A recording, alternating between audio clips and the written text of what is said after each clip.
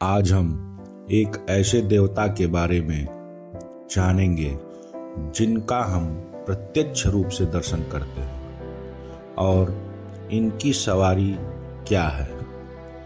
क्या खास है इनकी सवारी में जो पौराणिक रूप से ही नहीं बल्कि वैज्ञानिक तथ्यों से भी जुड़ा है। तो आइए जानते हैं।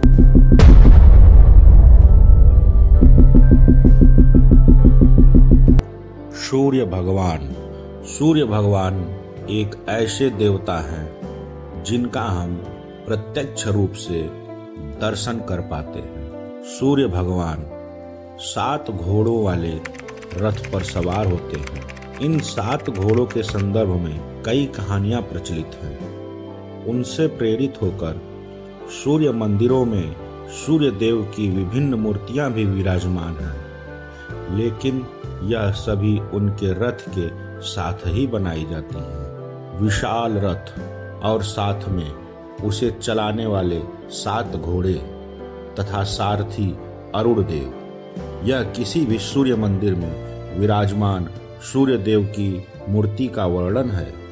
भारत में प्रसिद्ध कोणार्क का सूर्य मंदिर भगवान सूर्य तथा उनके रथ को काफी अच्छे से दर्शाता है। लेकिन इन सब से हटकर एक सवाल काफी अहम है कि आखिरकार सूर्य भगवान द्वारा 7 ही घोड़ों की सवारी क्यों की जाती है। यह संख्या 7 से कम या ज्यादा क्यों नहीं है। यदि हम अन्य देवों की सवारी देखें तो श्री कृष्ण द्वारा चलाए गए अर्जुन के रथ के भी 4 ही घोड़े थे।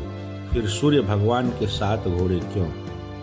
क्या है इन 7 घोड़ों का इतिहास और ऐसा क्या है इस 7 संख्या में खास जो सूर्य देव द्वारा इसका ही चुनाव किया गया।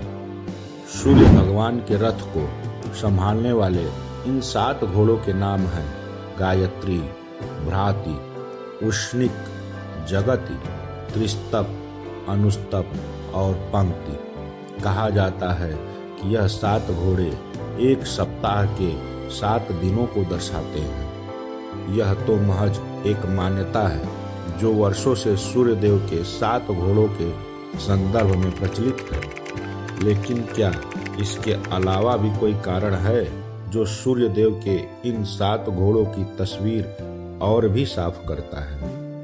पौराणिक दिशा से विपरीत जाकर यदि साधारण तौर पर देखा जाए तो यह 7 घोड़े एक रोशनी को भी दर्शाते हैं। एक ऐसी रोशनी जो स्वयं सूर्य देवता यानी कि सूरज से ही उत्पन्न होती है। यह तो सभी जानते हैं कि सूर्य के प्रकाश में 7 विभिन्न रंग की रोशनी पाई जाती है जो इंद्रधनुष का निर्माण करती है।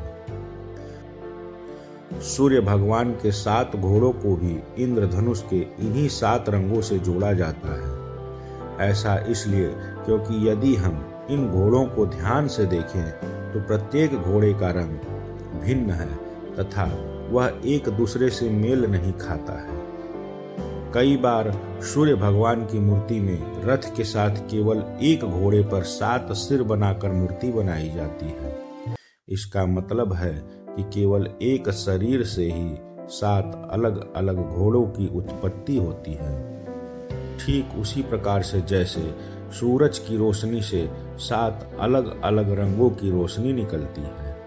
इन 2 कारणों से हम सूर्य भगवान के रथ पर ही 7 ही घोड़े का कारण स्पष्ट कर सकते हैं। रथ के नीचे केवल एक पहिया लगा है जिसमें 12 तिल्लियां लगी हुई हैं। यह काफी आश्चर्यजनक है कि एक बड़े रथ को चलाने के लिए केवल एक ही पहिया मौजूद है, लेकिन इसे हम भगवान सूर्य का चमत्कार ही कह सकते हैं। कहा जाता है कि रथ में केवल एक ही पहिया होने का भी एक कारण है।